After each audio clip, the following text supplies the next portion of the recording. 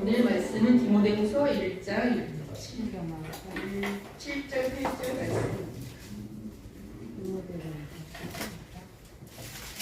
7절 8절 말씀. 함께 합독하시겠습니다.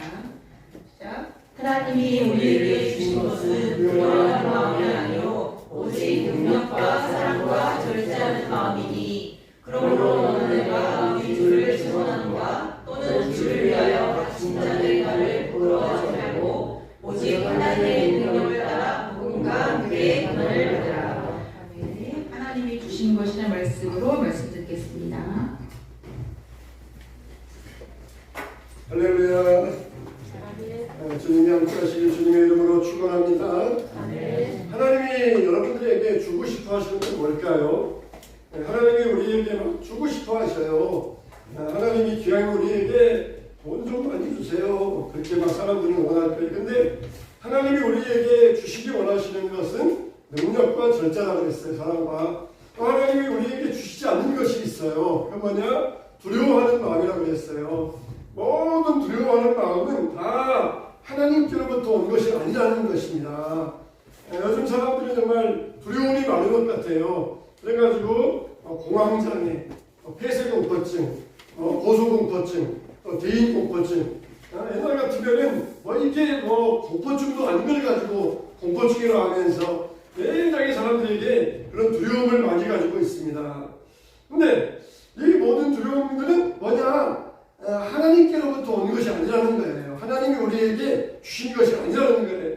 절대 이런 것들은 하나님이 우리에게 원하시는 것도 아니고 하나님이 우리에게 주신 것도 아니고 하나님께로부터 온 것도 아니라는 것이에요. 다윗도 시편 말씀 보니까 이런 말씀이 있어요. 시편 34편에 내가 여호와께 간구하매 내게 응답하시고 내 모든 두려움에서 나를 건지셨도다. 이렇게 말씀하고 있어요. 다윗도 용사잖아요. 왕이잖아요. 자기보다 훨씬 큰 골리앗을 물리친 군인이잖아요. 근데 이런 다윗에게 두려움이 있었다는 것이에요. 근데 모든 두려움이라고 했어요. 모든 두려움.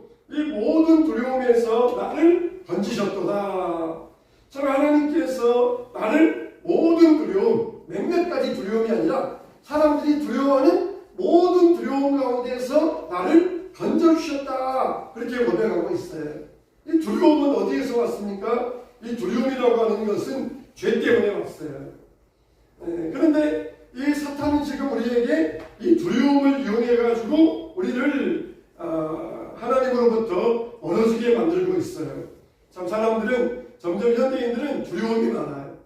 직장에 대해서도 실직에 대해서도 두려움이 있고 학생들은 공부하는 것에서도 두려움이 있고 또 부모님들은 자녀들 키우면서 우리 자녀가 남들보다 뒤처지지 아니할까, 학교 가서 왕따 당하지 아니할까 그런 두려움이 있어요. 또 장수 시대를 살아가고 있지만 또 우리에게는 죽음에 대한 또 두려움이 있어요. 또 가난에 대한 두려움, 여러 가지 특정한 문양이나 동물에 대한 두려움, 그런 많은 두려움이 있다는 것이에요. 그런데 저 하나님을 잘 믿는 바울에게 배운 디모데에게도 이런 두려움이 있었어요. 저 하나님을 잘 믿고 디모데 역시 바울의 수제자로서 하나님을 잘 믿는 사람이었는데 이런 디모데에게 두려움이 있었다는 것이에요. 두려움, 디모데에게 내 연수함을 없인 여기지 말고 두려워하지 말라. 지금 바울이 디모데에게 뭘 맡겼냐면은 에베소 교회를 맡겼어요. 에베소 교회. 바울이 다른 곳으로 떠나면서 살아가는 수제자 디모데에게 에베소 교회를 맡겼어요. 그런데 아주 어린 사람이 교회를 맡다 보니까 나이 든 사람들이 어린 사람이라고 무시해요.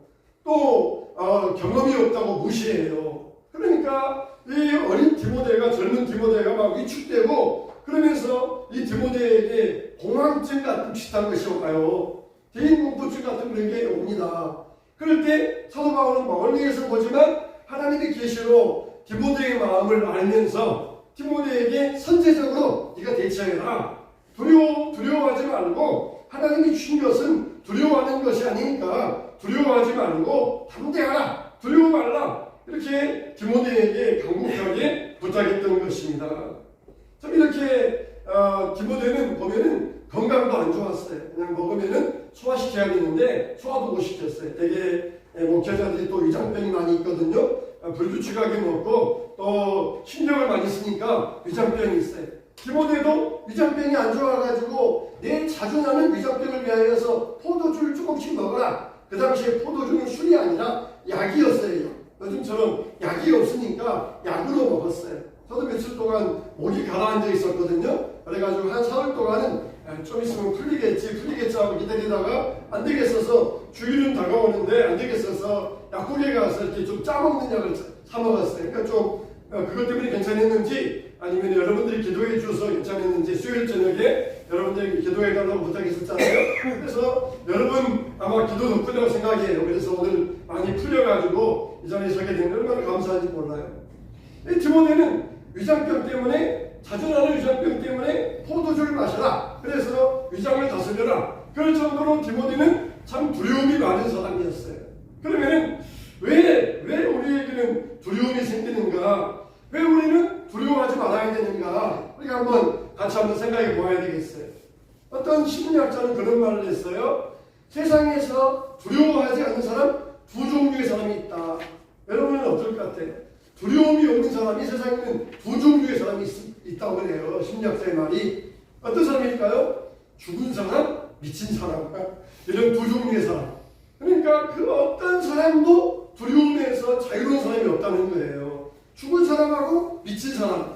미친 사람은 두려움이 없잖아요. 막 헤치고 다니면서 막 도로에 뛰어다니고 막 위에서 뛰어내리고 이런 사람은 두려움이 없어요. 정신이 이상하니까 두려움이 없어요. 그러나 모든 정상적인 사람들에게는 두려움이 있는 것은 당연하다는 거예요. 당연하다는 거.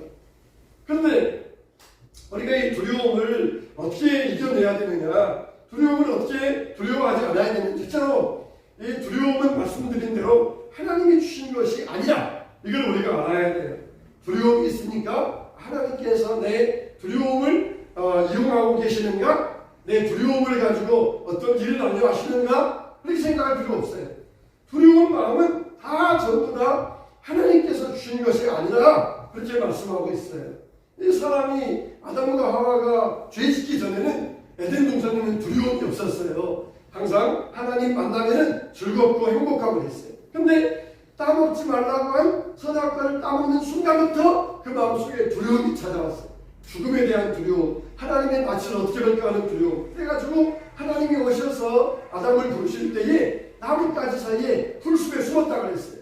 그 전에는 하나님을 두려워하지 않았거든요. 근데 죄를 지으니까 사탄이 아담과 하와에게 두려움을 주어가지고 두려움의 엄습에 쌓이게 되었던 것입니다. 두려움이라고 하는 것은 죄의 결과예요. 죄의 결과. 모든 정상적인 사람은 다 두려워하게 돼 있어요. 모든 사람은 다 죄인이에요. 그러니까 우리가 두려워하는 것은 정상적이지만 그러나 그 두려움은 하나님께로부터 온 것이 아니라 이걸 우리가 분명히 알아야 돼요. 그래서 죄라고 하는 것은 하나님과 우리 사이를 분리시키고 또 아이가 부모에게서 떨어지면 두려워하듯이 하나님의 형상대로 지음받은 인간이 하나님과 떨어지면 두려워할 수밖에 없는 것이에요.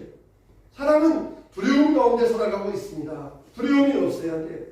정말 이제 앞으로 우리 기독교가 어떻게 나아갈까 하는 그런 두려운 마음이 있을 거예요. 어떤 목사님이 설교하시면서 제가 본 건 아니고 그 목사님이 이제 보신 것을 이야기하셨는데 이 넷플릭스라고 하는 이 OTT에서는 많은 드라마들이 오징어 게임이나 그런 드라마들이 반기독교적인 정서를 아주 짙게 담고 있습니다. 공식적으로 그러네요. 넷플릭스 운영진들이 우리 드라마에는 반기독교를 포함시켜라 그렇게 공식적으로 이야기를 한대요. 그래서 어떤 분들은 기독교인들이 가면 넷플릭스 끊기도 하고 오는데 그 목사님은 넷플릭스를 보신대요. 그런데 넷플릭스 보셨는데 요즘에 그분이 뭘 보셨냐면 마스크걸을 보셨대요. 마스크걸을 보는데 거기에도 역시 반기독교 정서가 들어가 있어요. 어떻게 표현하냐면 이 넷플릭스에 나오는 기독교인들이 성경을 보든지 뭘 하든지 자기 식으로 해석한다는 것이에요. 그런 식으로 거기 마스크걸에서는 기독교인을 표현하고 있다는 거예요. 제가 본 게 아니면 그 목사님의 말씀인데, 그러니까 가령 이들과 싸울지라 주여 버스 영제여 그러면은 이걸 막 막 자기식으로 해석해가지고 저놈은 마귀, 나는 천사 그래가지고 저놈과 싸워야 된다.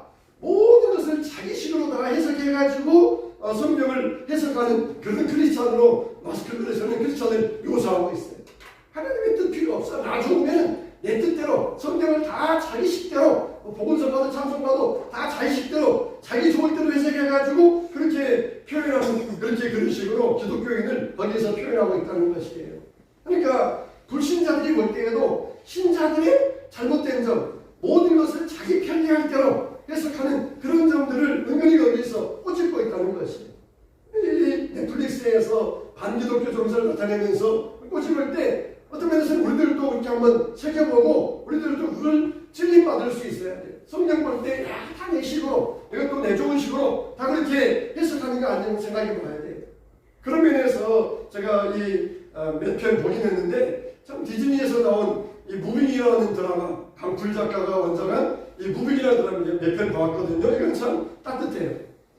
여기 보면은 그 드라마에 보면은 이 주인공 남녀가 데이트하는데 벚꽃이 날리는데 그 현수막에 주사랑교회 전교인 봄맞이 야외예배 그런 현수막이 나와요. 또 이 주인공이 길을 잃었는데 이 주인공이 사랑하는 여자가 주인공이 길치거든요. 그래서 길 가르쳐 주는데 자기 집을 못 찾아가요. 자기가 있는 숙박소 못 찾아가요. 그러니까 여자가 가르쳐 주는데 자기 교회 십자가 보이잖아요. 저 교회 십자가 보고 똑바로 가세요. 그렇게 가르쳐줘요. 이렇게 평범말 같지만은 거기에 쉽게 기독교적인 색채를 담고 있어요. 보통 같지만은 우리 일상 같지만은 거기에다가 쉽게 여기서 담아가지고 똑바로 십자가 보고 똑바로 가시다가 좌회전하시면 돼요. 그러면서 십자가 보고 가세요. 얼마나 의미 있는 이야기입니까? 이 강풀 작가는 아버지가 목사님이에요. 아버지가 사업을 하시다가 실패해가지고 40세에 늦게 신학을 하셨어요. 그러니까 늦게 신학하셔가지고 목사님 얼마나 어렵겠어요. 가정 형편이 어려워가지고 힘들었는데 왜 강풀이라는 그런 이름이 붙였냐. 이름이 원래 본명 강원데 왜 강풀이 되냐면 항상 자기는 대학 다닐 때 돈이 없으니까 이 짙은 옷만 입고 다닐 때 그러니까 너는 왜 이렇게 풀색 옷만 입고 다니냐. 그래가지고 친구들이 강풀이라는 이름을 지어줬어요. 그래서 자기는 강풀이라고 그렇게 작가명을 했는데 아버지가 그렇게 개척교회 하시면서 돈이 없어가지고 어렵게 생각하시면 처음에는 아버지도 원망했는데 늘 아버지를 이해하면서 자기도 이제 뭔가 자기의 재능을 가지고 복음을 전하는데 내가 쓰임받아야 되겠다 그렇게 생각을 했어요. 참 이 슈퍼맨들의 이야기지만은 좀 우리가 황당한 그런 이야기지만은 그래도 일반적인 사람들의 마음 가운데 있는 그런 정서를 이용해서 거기에다가 기독교 정서를 집어넣고 그러면서 뭔가 사람과 아니 따뜻하게 만들어줘요. 그러니까 이거는 아주 그냥 평범한 이야기인데 아주 우리 마음을 따뜻하게 해주는 그런 가족애라든지 그런 인류애가 들어있어요. 그래서 이런 일들이 우리에게 있는 재능을 가지고 사회에 봉사하고 기량는 일들이 있어야 돼. 오전에도 제가 그 이스라엘 3대 비녀 이야기하면서 김태희 이야기 있었는데 김태희처럼 자기 만을 위해서 미모를 가지고 자기 살 먹고 자기 이름 내고 하는 것은 아무 소용없어요. 내가 있는 것을 가지고 뭔가 하나님의 이름을 낼 수 있고 사회에 봉사할 수 있고 남에게 기여할 수 있고 그런 건 있어요. 뭔가 하나님 여러분들 그런 재능과 은사를 주셨어요. 그 재능과 은사를 가지고 뭔가 내게 주신 것을 가지고 따뜻하게 남들에게 봉사할 수 있고 기여할 수 있어야 돼. 그런 강풀 같은 작가는 만화를 잘 그려가지고 그 만화를 가지고 사람들의 마음을 움직이고 기독교적인 정서를 심어주고 하는 그런 걸 우리가 볼 때 참이 그래도 이런 일들이 더 많아지고 그래야 되겠다는 생각이 들고 감사하는 그런 생각이 들어요. 여러분 우리에게는 두려운 마음을 사탄이 심어주고 있어요. 기독교 앞으로 얼마 가지 않으면 다 무너질 거야. 개척교회들 다 무너지고 없어질 거야. 교회들 다 문 닫을 거야. 그러면서 우리에게 두려운 마음을 줘요. 그러나 그 두려운 마음은 하나님이 주신 것이 아니라는 것이에요. 두 번째로 왜 우리는 염려하면 안 되느냐? 두려움이 현실이 될 수 있기 때문에 그러는 거예요. 두려워하는 마음이 있으면은 그것이 우리에게 현실로 다가올 수 있다는 거예요. 대표적인 이유가 욥이에요. 욥은 동방의 의인이고 경건했던 사람이에요. 근데 그 욥에게는 막 과도하게 집착하는 것이 있어요. 제사 드리고 자녀에게 하는 것 그런 집착하는 것이 있어요. 그래가지고 이 자녀들 생일 때마다 막 집착적으로 제사 드리게 인해서 혹시 우리 자녀들에게 나쁜 일이 생기지 아니할까? 혹시 우리 아내가 내 아내가 나를 떠나지 아니할까? 이렇게 과도적으로 집착을 했어요. 과연 어떻게 됩니까? 나중에 사탄이 과도하게 집착했던 욥의 심리를 이용해 가지고 그대로 욥에게 그 저주를 드립니다. 어느 날 자녀들 열이 모여가지고 큰아들 집에서 잔치하는데 돌풍이 불어와서 집 기둥을 쳐서 집이 무너져가지고 열 자녀가 세상을 떠나요. 그리고 부인은 자기에게 하나님을 저주하고 죽으라 그러면서 집을 나가버립니다. 욥이 뭐라 그럽니까? 내가 두려워하는 것들이 내게 임하였느니라 그랬어요. 욥도 신앙은 좋았지만은 한편으로는 두려움을 극복하지 못했던 모양이에요. 우리에게도 신앙은 좋은데 두려움을 극복 못하는 이런 경우도 있을 수 있어요. 하나님께서 우리에게 주신 믿음을 가지고 두려움을 극복해야 되는데 두려움을 극복하지 못하고 항상 집착하고 머물러 있고 이런 경우가 있을 수 있어요. 욥은 얼마나 신앙이 좋은 사람이에요. 얼마나 의인입니까? 근데 두려움을 극복하지 못했어요. 그래서 결국 마귀에 의하여서 이런 시험을 당한 다음에 내게 이런 두려움이 임하였구나. 내가 두려워하는 그것이 내게 임하고 내가 무서워하는 그것이 내 몸에 미쳤구나. 그렇게 욥이 고백을 하였던 것입니다. 이스라엘도 마찬가지잖아요. 이스라엘 백성들도 출애굽했으면 이제는 애굽을 바라보지 않아야 돼요.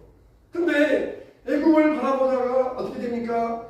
가나안 땅 들어가는데 12명의 정탐꾼이 갔다 왔는데 10명의 정탐꾼이 말하기를 그 땅은 거민을 삼키는 땅이다. 그 땅은 그 땅 백성들은 장대해서 우리가 그 땅을 쳐들어갈 수 없다. 우리는 그들에게 먹잇감이 되었다. 그러면서 막 사람들에게 막 두려움과 공포를 심어줘요. 이 10명의 정탐꾼이 그 입을 가지고 사탄의 그 입이 돼가지고 사탄의 그 스피커가 돼가지고 사람들에게 막 공포를 심어줘요. 믿음을 가지고 봐야 되는데 자기들은 현실을 보았다는 거예요. 나는 제 번대로 말하는 거야. 나는 현실을 말하는 거야. 그러면서 사람들에게 공포를 심어줘요. 그들에게 우리가 여기서 다 죽게 생겼다. 모세야 왜 우리를 애굽에서 인도해서 여기 소리를 죽이려고 하느냐. 그렇게 막 원망할 때 하나님이 나타나셔가지고 뭐라 그럽니까? 너희 말이 내 귀에 들린 대로 너희에게 행하겠다. 이렇게 말씀하셔요. 그래? 너희들이 그렇게 그런 생각을 가지고 있어? 그런 두려움을 가지고 있어? 알았어. 내가 너희들에게 그대로 해주겠다. 하나님이 그렇게 말씀하셔요. 너희들이 말한 대로 내가 너희들에게 한번 해주겠다. 하나님이 이렇게 말씀하셨을 때 하나님도 얼마나 분노하셨겠습니까? 두려움을 이겨내고 여호수아와 갈렙처럼 저희들은 우리의 먹잇감이다. 하나님이 우리에게 주셨다. 두려움 말자. 나가자. 믿음으로 가자. 그 말에 귀 기울이고 두려움을 이겨야 되는데 10명의 정탐꾼의 말에 귀를 기울이고 두려움에 쌓여가지고 우리 다 죽었다. 우리 이제 여기가 우리 무덤이다. 그러면서 두려움에 쌓였을 때에 하나님께서 너희 말이 내 귀에 들린 대로 해주겠다. 그리고 20세 이하만 가나안 땅에 들어가고 20세 이상은 다 광야에서 엎드려지게 만드셨다는 거예요. 우리가 두려움을 왜 이겨야 됩니까? 두려워하면 그게 우리에게 현실이 되기 때문이에요. 그래서 두려움을 이겨내고 나갔던 20세 이상 중에 여호수아와 갈렙만 가나안 땅에 들어가고 두려움에 쌓였던 20세 이상의 모든 사람들은 다 광야에서 엎드려지고 들어갈 수 없었던 거예요. 우리는 실패를 두려워하면 안 돼요. 실패하니까 실패를 두려워하면 돼요. 사람은 실패할 수 있어요. 얼마든지 실패할 수 있어요. 무엇하든지 실패할 수 있어요. 실패를 두려워하면 안 돼요. 하나님은 뭐라고 그랬어요?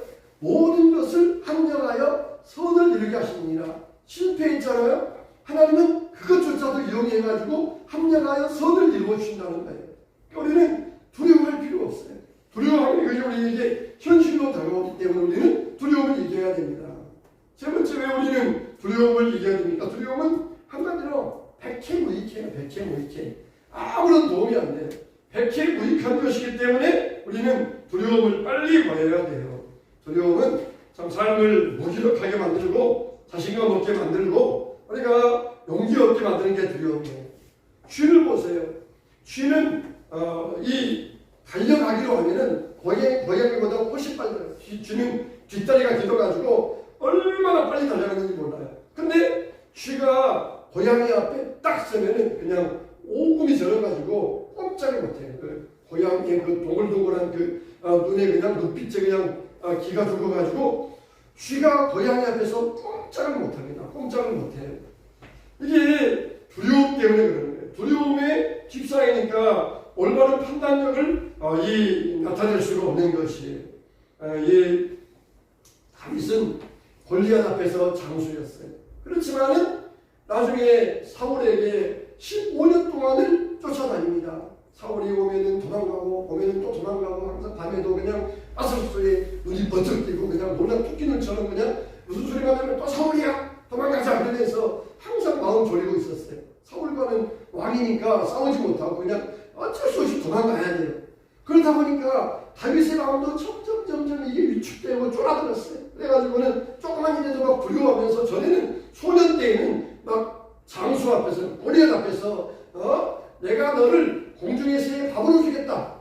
그러면서 오히려 이 골리앗 앞에서도 당당했던 소년 장수가 오히려 나이 들어가면서 막 줄어들어가지고 오히려 조그만 바람 소리에도 그냥 토끼눈처럼 놀랄 정도로 그렇게 두려움이 쌓여지고 판단력을 잃어버렸다는 거예요. 그러다가 블레셋 내려가기도 하고 이렇게 판단력을 잃어버리고 현실에만 급급했던 것입니다. 여러분 우리가 두려움이 있으면 관계가 파괴돼요. 인간관계에 문제가 생기고 모든 인간관계의 뿌리는 바로 이 두려움에 있습니다. 두려움은 사람을 정직하지 못하게 만들어요. 혹시 거절당할까봐, 혹시 내가 이렇게 청을 넣었는데 거절당할까봐, 또 무언가를 감추기 위해서 거짓말할까봐. 두려움이라고 하는 것은 정직하지 못하게 만들어요. 기드온이 미디안으로부터 나라를 구원하기 위해서 군인을 모집하니까 몇 명이 왔어요? 32,000명. 32,000명이 왔어요. 답도 없는 숫자잖아요. 미디안은 지금 100만 군인인데 32,000명이 왔어요. 지금 이스라엘과 팔레스타인이 싸우는데 전력 차이가 얼마냐? 이스라엘은 예비군까지 43만 명, 하마스는 한 2만 5천 명, 그 정도밖에 안 돼요. 그러니까 43만 명과 2만 5천 명이 이거 뭐 전력 차이가 이게 게임이 되겠습니까? 시작하면은 전쟁 본격적으로 시작하면은 하마스는 이제 뭐 인질 방패를 한다든지 민간 방패를 한다든지 그런 방법밖에 없을 거예요. 정면 대결하면은 하마스는 이거는 며칠 못 가서 무너져요. 근데 기드온은 지금 100만 미디안 앞에서 32,000명을 가지고 싸우려니까 얼마나 기가 막혀요. 내 하나님은 많다. 돌려보내라. 두려워하는 자들은 도움이 안 된다. 돌려보내라. 돌려보내고 나니까 어떻습니까? 10,000명이 남아요. 10,000명 남으니까 그 중에서도 뭐라 그러니까 이들도 많다. 시냇가에 가가지고 물을 마셔보게 해라. 그래서 엎드려서 바로 입을 물에 대고 마시는 자는 집으로 돌려보내고 물을 손으로 떠서 마시는 자는 따로 세워라. 그랬더니 물을 손으로 떠서 마셨던 자는 300명밖에 안 돼요. 됐다. 이들 데리고 나가서 싸워라. 이렇게 하나님께서 말씀하셨잖아요. 정말 두려움 있는 자들은 집으로 돌려보내라는 것입니다. 집으로 돌려보내라는 것이에요.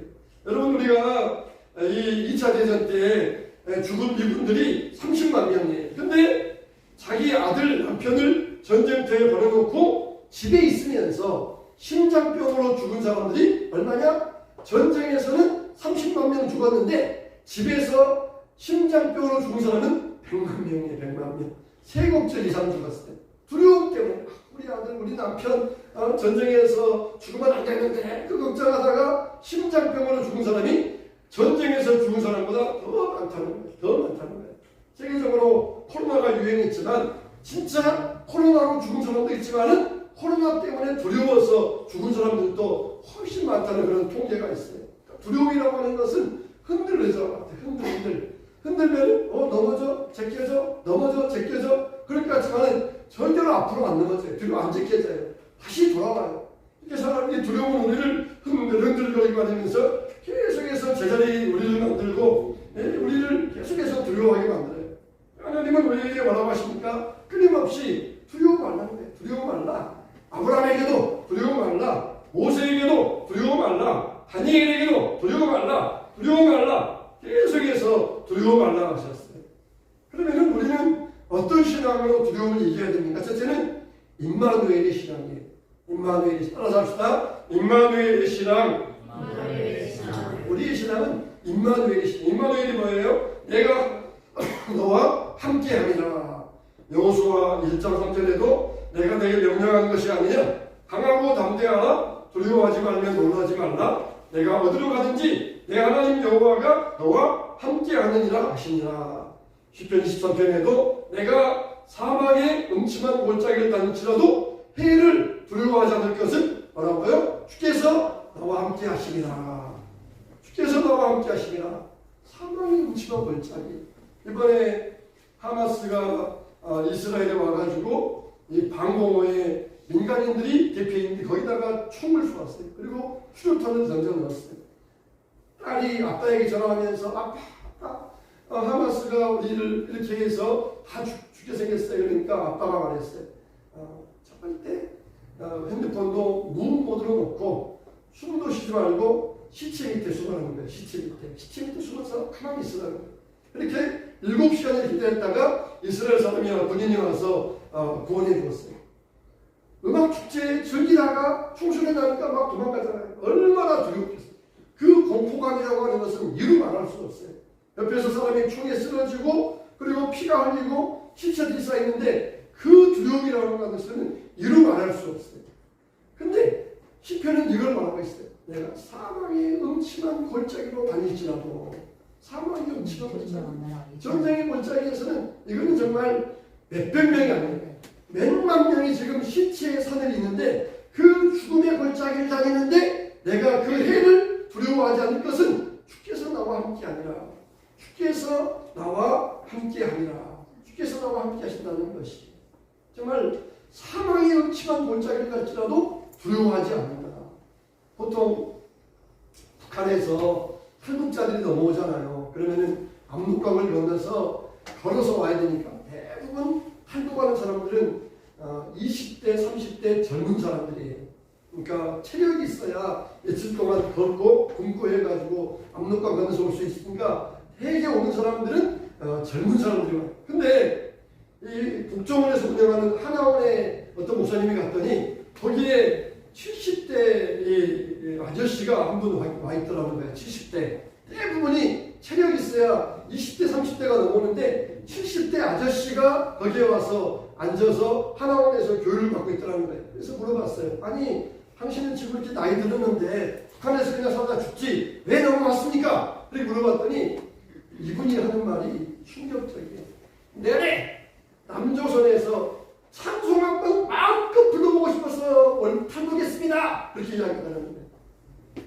남조선 와서 마음껏 찬송 한번 부르고 싶어서 탈북했습니다. 그러니까 이분은 할머니 때부터 은밀하게 북한에서 신앙을 지켰던 분이에요. 그냥 누가 들으면 큰일 날까봐 소리 죽여가지고 그냥 입모양만 뻥긋뻥긋해요.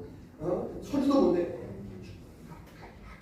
입모양만 뻥긋하면서 이렇게 찬송하고 성경 이 손으로 적은 거 한 구절 읽고 그리고는 하나님 감사합니다. 예배 드리고 헤어져요.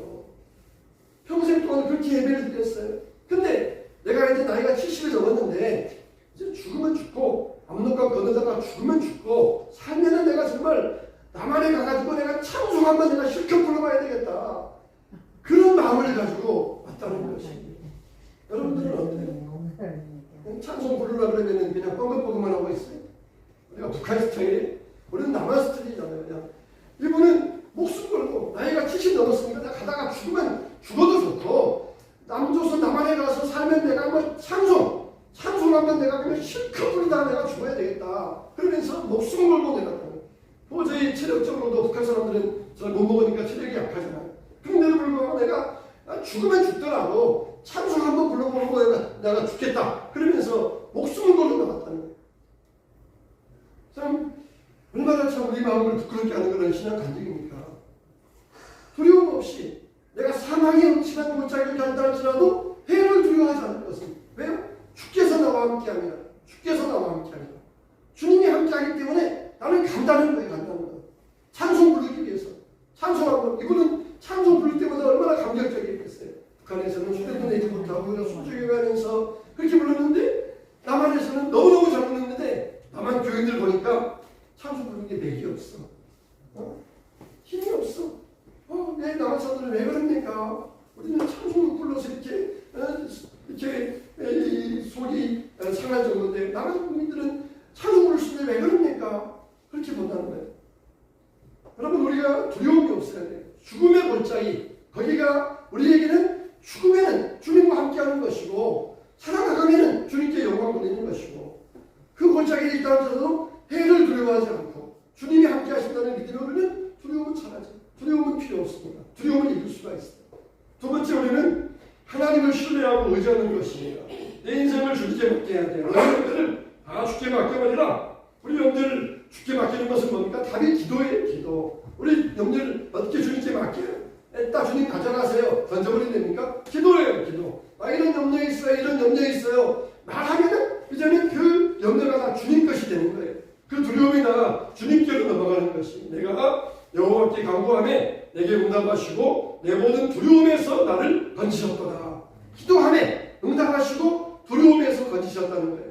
이 곤고한 자가 부르짖음에 여호와께서 들으시고 그의 모든 환난에서 구원하셨도다. 부르짖음에 하나님께서 들으시고 환난에서 구원하셨다는 것이에요. 부르짖어. 부르짖어. 두려움이 있을 때 부르짖어야 돼. 부르짖을 때 하나님께서 염려를 가져가시고 우리를 구원해 주시고 건져 주십니다. 할렐루야. 다윗이 기도할 때 사울과 블레셋 아기스의 위협으로부터 구원해 주셨어요. 다니엘이 기도할 때 사자의 입에서 다니엘을 구원해 주셨어요. 세 번째, 우리는 두려움을 이기려면 성령 충만해요. 성령 충만해요. 술 취하지 말아 있는 방탕한 것이니 오직 성령으로 충만함을 받아라. 성령 충만이라고 하는 것은 성령의 지배받는 거예요. 성령이 나를 다스리는 거예요. 그래서 성령께서 내 생각, 감정, 의지 지배하는 게 이게 바로 성령 충만이에요. 제자들을 보세요. 겁쟁이였던 제자들입니다. 큰 소리만 하고 도망갔던 제자들입니다. 문을 걸어놓고 군인들이 두려워서 숨어 지냈던 제자들입니다. 근데 성령이 임하니까 담대하게 나아가서 복음을 증거하고 하나님 말씀을 전할 수 있었어요. 성령이 임하니까, 성령 충만하니까. 왜 두려워해요? 우리에게 성령 충만하지 못하니까 두려워하는 거예요. 아무것도 아닌 거 가지고 두려워하면서 공포에 질리는데 우리에게 성령이 오시면은 두려움은 일거에 사라지게 돼 있어요. 빛이 비추면은 어둠은 일거에 사라지는 것처럼 성령 충만하면은 우리의 모든 두려움은 다 물러가게 되어 있습니다. 우리가 하나님을 신뢰하고 의지하고 믿음으로 나아갈 때 우리는 두려움에서 벗어나게 됩니다. 염려를 맡기고 기도함으로 성령 충만하면은 우리는 두려움에서 벗어나게 됩니다. 여러분, 항상 성령을 구하시기 바랍니다. 성령 충만케 해주시옵소서. 성령은 지혜의 영이고 용기의 영이에요. 성령은 우리에게 지혜를 주시고 우리를 용기 있고 담력하게 해요. 그래서 우리가 성령 안에서 충만하여서 항상 성령의 지배를 받고 성령의 다스림을 받아서 두려움을 이길 수 있게 되시기를 주님의 이름으로 축원합니다.